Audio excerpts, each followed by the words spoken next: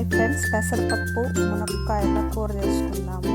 దాన్ని పెట్టుకొని ఆయిల్ వేసుకొని పోపు వేసుకొని తెల్లగడ్డ వేసుకున్నాను, ఒక తెల్లబాయి టమాటాలు కూడా వేసుకొని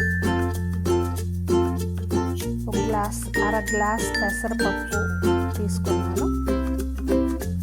మునక్కాయలు వీటికి పసుపు వేసుకొని తగినంత ఉప్పు వేసుకొని బాగా కలుపుకొని కొంచెం వాడ్చుకోవాలి. టమాటాలు వాడేంత వరకు కొంచెం వాడినిచ్చి వాటర్ పోసేసుకోవాలి. మునక్కాయలు ఉడకాలి కదా, దానికోసం కొద్దిగా వాటర్ యాడ్ చేస్తాను. పెసరపప్పు మునక్కాయ ఉడికిపోతుంది.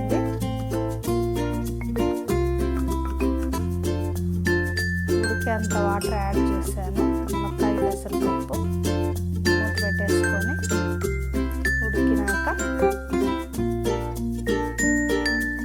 కారం వేసుకోవాలి. తగినంత కారం వేసుకొని కలిపేసుకోవాలి.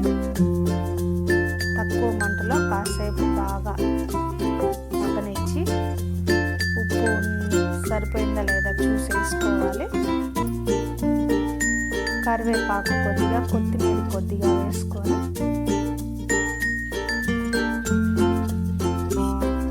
కలిపేసుకోవాలి.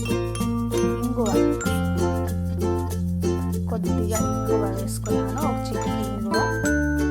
అయిపోయింది పెసరపప్పు మునగాకు కూర. చపాతీకైనా బాగానే ఉంటుంది, రైస్కైనా బాగానే ఉంటుంది. ఎందులో అయినా వేసుకొని తినచ్చు. ట్రై చేయండి. లైక్